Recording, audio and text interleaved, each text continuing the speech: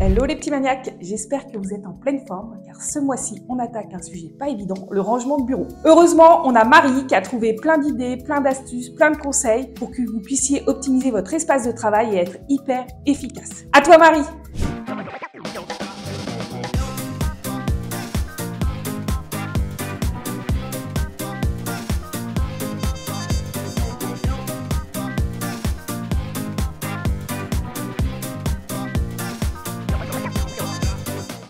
Dans ce coin bureau par exemple, l'espace est assez grand mais le bureau a l'air envahi. On a des piles de papier, un fond d'écran qui n'est pas tellement propice à la concentration, des montagnes de petites notes, de cartes de visite, de papier à gérer et des objets qui traînent un peu partout.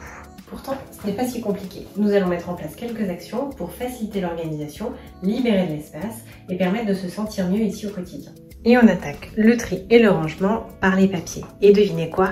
Les piles de papier sont interdites. Rassemblez tous les documents que vous avez qui traînent sur votre bureau et commencez à les trier. Réfléchissez aux catégories que vous avez envie de mettre en place. Si vous avez des étiquettes à portée de main ou des dossiers, n'hésitez pas à mentionner ces catégories sur ces étiquettes ou ces dossiers pour vous repérer. Banque, assurance, fournisseur, vie professionnelle, notice, etc.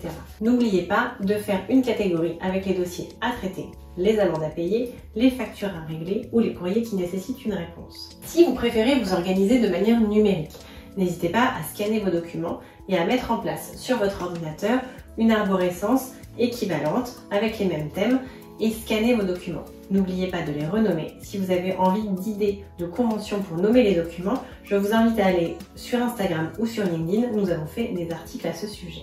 Et voilà le résultat. Si vous avez des actions à réaliser, n'hésitez pas à vous emparer d'outils comme ces to-do list. Vous trouverez également des outils numériques comme Notion, Trello, qui vous permettront de vous aider à vous organiser. Concernant toutes ces cartes et petites notes, les informations sont précieuses et doivent être reportées soit dans la to-do list s'il s'agit d'actions à réaliser, dans votre répertoire s'il s'agit de contacts, mais vous avez aussi la possibilité de mettre en place des CRM ou des bases de données sur Excel pour vous permettre de regrouper toutes vos informations. Et n'oubliez surtout pas de noter vos mots de passe soit dans un coffre-fort, soit sur un petit calepin que vous cachez précieusement.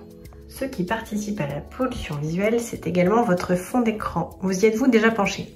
C'est le moment. Oui, ça prend du temps, mais vous allez voir, on se sent tout de suite mieux. Vous ne trouvez pas? Réduire l'encombrement sur son bureau, c'est aussi penser au branchement. Vous avez la possibilité de créer vous-même des trous à l'aide d'une scie cloche ou de faire appel à un bricoleur pour réduire l'encombrement des fils. Et nous allons nous occuper de ceux-là qui traînent sous le bureau. Avec l'aide d'une paire de ciseaux et d'une bobine de scratch, je vais simplement rassembler les câbles pour réduire l'effet bazar sous le bureau.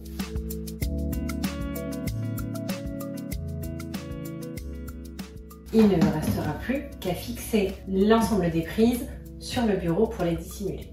Mais qui dit bureau dit aussi ergonomie. Je dois donc penser à positionner les objets selon leur utilisation, mais aussi selon mon fonctionnement. Par exemple, je suis droitière, je vais positionner ma lampe à gauche pour éviter les ombres lorsque j'écris. Cette réflexion doit avoir lieu sur l'ensemble du bureau pour gagner du temps et permettre d'effectuer le moins d'actions possible lorsque j'en ai besoin.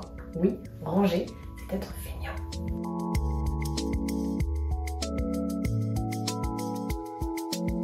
Mais le rangement, ce n'est pas de la magie, ça s'entretient. Pour maintenir le résultat auquel nous sommes parvenus, je vous invite à bloquer des plages fixes dans votre agenda à intervalles réguliers pour le traitement et le classement des documents entrants. Je vous invite également à être vigilant aux objets qui vont s'accumuler sur votre bureau. Au départ, c'est une contrainte, un effort, mais ça devient vite une habitude. J'espère que vous vous projetez dans ce nouveau bureau. Je vous invite à nous rejoindre sur les réseaux sociaux. Nous y présentons fréquemment des astuces et des avant-après de nos missions. À très vite!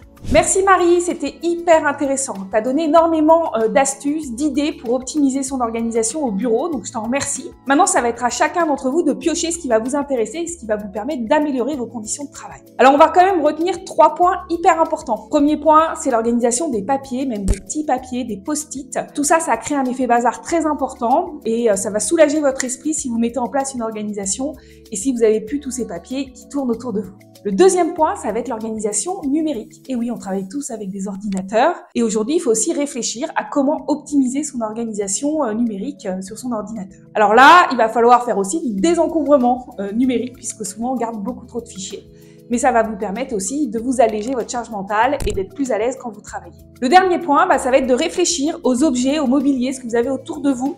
Comment créer un univers vraiment ergonomique et qui va permettre vraiment de vous simplifier la tâche au quotidien. Sachant que quand on a un bureau qui est assez simple, assez organisé, ça donne envie de travailler et on est souvent beaucoup plus efficace. Donc maintenant, c'est à votre tour de jouer. Marie vous a également conseillé de suivre les articles que vous allez retrouver en description. On a mis pas mal d'articles sur comment optimiser des méthodes d'organisation pour votre bureau qui sont encore plus détaillées et qui vous aideront pour ceux qui cherchent plus d'informations. Vous pouvez vous abonner à la chaîne Tuto de Maniac. Vous pouvez aussi retrouver tous nos projets et toutes mes collaboratrices sur le site bypauline.fr. Et nous avons également toutes des réseaux sociaux, donc vous pouvez nous suivre sur LinkedIn, sur Facebook, sur Instagram, pour voir un peu c'est quoi notre quotidien chez nos clients. En tout cas, moi je vous dis merci et à très bientôt pour un autre tuto.